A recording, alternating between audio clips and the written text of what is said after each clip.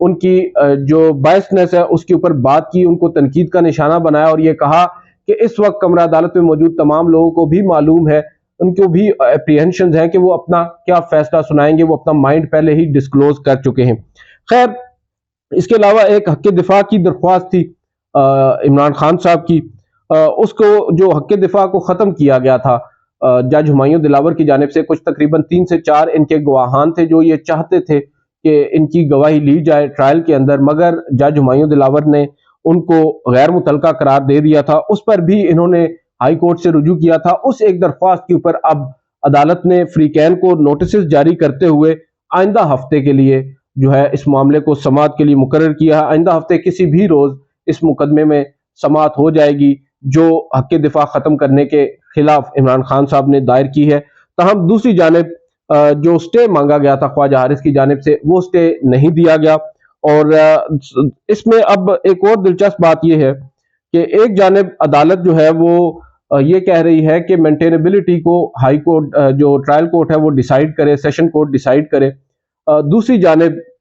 یہ بھی کہا جا رہا ہے کہ جو سیشن کورٹ ہے اس نے اب صبح 8:30 بجے کے لیے جو مقدمہ ہے عمران خان صاحب کا توشہ خانہ فوجداری مقدمہ، اس کو ایک دفعہ پھر سماعت کے لیے مقرر کر لیا ہے۔ اور اب دلچسپ بات یہ ہے کہ کل انہوں نے نہ صرف مینٹینیبلٹی یا مقدمے کے قابل سماعت ہونے پر، بلکہ جو مین مقدمہ ہے یا حتمی جو آرگیومنٹس ہیں ٹرائل کے اندر، اس پر بھی جو عمران خان صاحب ہیں یا ان کی جو لیگل ٹیم ہے ان کو یہ کہا ہے کہ اپنے دلائل کل آ کر دیں۔ یعنی کل اب نہ صرف جو آپ کہہ سکتے ہیں مینٹینیبلٹی یا قابل سماعت ہونے پر دلائل دیے جائیں گے، بلکہ اس کو ڈیسائیڈ کرنے کے فوراً بعد عدالت کی یہ منشا ہے یا عدالت کی یہ خواہش ہے کہ کل ہی اس ٹرائل کو کنکلوڈ کرتے ہوئے فیصلہ محفوظ کر لیا جائے۔ یہ سنایا کب جائے گا یہ تو بات کی بات ہے، تاہم ایک چیز بڑی واضح ہے کہ اب جو چیز اس فیصلے کے آنے کے بعد، جو آج ہائی کورٹ کا فیصلہ ہے، یہ جب آیا تو اس کے بعد ایک بحث چھڑ گئی، ایک مختلف لوگ جو ہے اس کے اوپر اپنی رائے دے نظر آئے کہ شاید معاملہ جو ہے وہ مزید طول پکڑے گا اور عمران خان صاحب کو شاید ٹو سم ایکسٹینٹ کوئی ریلیف ملا ہے، اور اب مقدمے میں تقریباً 1 سے 1.5 ہفتہ مزید لگے گا، کیونکہ مینٹینیبلٹی کے لیے جب دوبارہ سے معاملہ ریفر کیا گیا ہے تو اس سے یہی ظاہر ہوتا ہے کہ اب وقت لگے گا۔ تاہم اسلام آباد ہائی کورٹ نے بقول پاکستان تحریک انصاف کی لیگل ٹیم کے ان کو ڈیسیو کیا ہے اپنے اس آرڈر میں جو انہوں نے کورٹ کے اندر اناؤنس کیا، اور اس کے بعد جو ڈیٹیل آرڈر انہوں نے جاری کیا اس میں کافی زیادہ تضاد ان کی نظر میں پایا جاتا ہے۔ اب اہم بات یہ ہے کہ ہماری اطلاعات کے مطابق جو عمران خان صاحب ہیں وہ اب کل اس فیصلے کو جو اسلام آباد ہائی کورٹ نے آج جاری کیا ہے اس کو چیلنج بھی کرنے جا رہے ہیں۔ گو کہ ان کے پاس ابھی ایک ریمیڈی انٹرا کورٹ اپیل یعنی ہائی کورٹ میں بھی اپیل دائر کرنے کا ان کے پاس حق موجود ہے، تاہم ان کو بھی شاید یہ اندیشہ ہو کہ ان کو یہاں سے وہ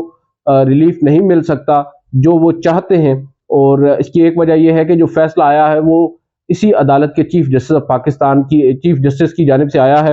اور اب جو ان کے وکلاء ہیں بالخصوص جو بیرسٹر گوہر سے ہمارے ساتھی رپورٹر کی اپنی بات ہوئی، انہوں نے ان کو کنفرم کیا کہ کل وہ سپریم کورٹ آف پاکستان سے رجوع کریں گے۔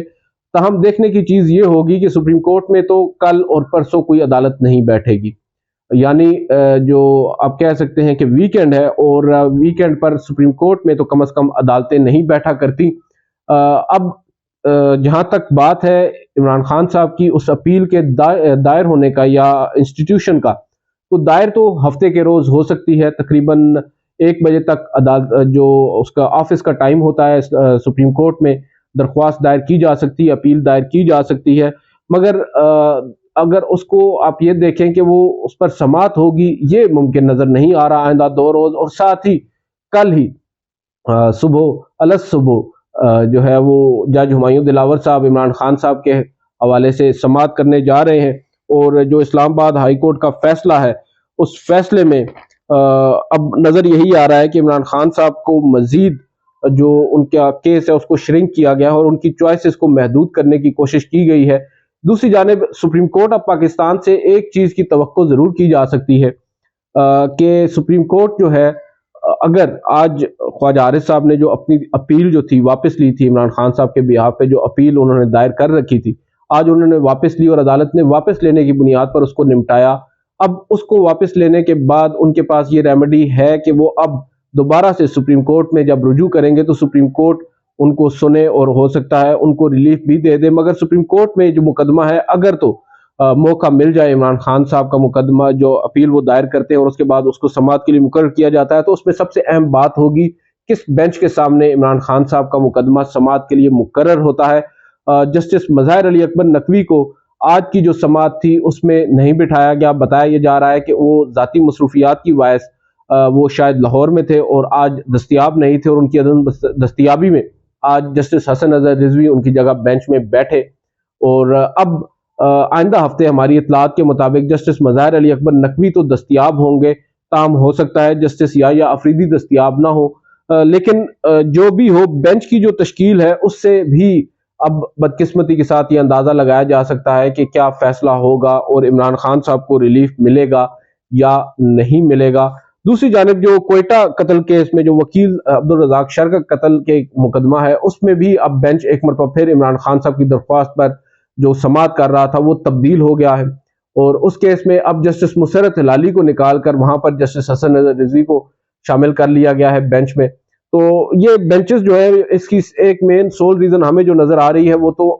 سپریم کورٹ میں جو موسم گرما کی تعطیلات ہیں وہ ہیں. ان تعطیلات کے باعث اکثر ججز کی جو دستیابی ہے وہ نہیں ہے، لہٰذا بینچز جو ہے وہ ری شفل ہوتے ہمیں نظر آ رہے ہیں. مگر دلچسپ بات یہ ہے کہ توشہ خانہ کیس میں اب بہت سے لوگ یہ دعویٰ کر رہے ہیں، وہ ان پرٹیکولر وہ لوگ جو اس کیس کو بڑا قریب سے فالو کر رہے ہیں ٹرائل کورٹ کے اندر، ان کا یہ ماننا ہے کہ جج Humayun Dilawar is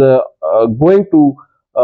reserve his judgment, اور کل اگر وہ ریزرو کرتے ہیں، شاید کل نہیں تو کچھ روز کے بعد وہ اس کو اناؤنس کر دیں، اور شاید جب وہ اناؤنس کریں تو ملک میں اس وقت حکومت جو ہے وہ موجودہ قائم نہ ہو، یہاں پر نگران سیٹ اپ موجود ہو. اور یہ کافی عرصے سے بات ہو رہی تھی کہ عمران خان صاحب کی گرفتاری جو ہے وہ شاید نگران سیٹ اپ میں ہو سکتا ہے کچھ کیا سرائیاں ہوتی ہیں، کچھ خواہشات پر مبنی تبصرے ہوتے ہیں. ہم نے تو یہ دیکھنا ہے کہ جب عمران خان صاحب کی گرفتاری اول تو ہوتی ہے تو اس کے بعد پھر ان کو کیا ریمیڈی دستیاب ہوتی ہے، اور کیا سپریم کورٹ عمران خان صاحب کی جو اپیل ہے اس پر ان کو ریلیف دے گی یا نہیں دے گی. آج کی اس ویڈیو سے اتنا ہی، آپ سے اگلی ویڈیو ملاقات کریں گے. ایک دلچسپ بات اور ہے، آج سپریم کورٹ آف پاکستان نے ایک اور فیصلہ جاری کیا ہے. اب نیکسٹ ویڈیو ہو سکتا ہے میں صبح کروں، اس میں آپ کو بتائیں گے کہ آج جسٹس منیب اختر نے الیکشن کمیشن کے حوالے سے کیا سخت آبزرویشنز دی ہیں اور کیا انہوں نے ڈیموکریسی کے اوپر باتیں کی ہیں. ایک کافی ڈیٹیلڈ ججمنٹ لکھی گئی ہے، بتائیں گے آپ کو اگلی ویڈیو میں. آج کی اس ویڈیو سے اتنا ہی، اجازت دیجیے، اللہ حافظ.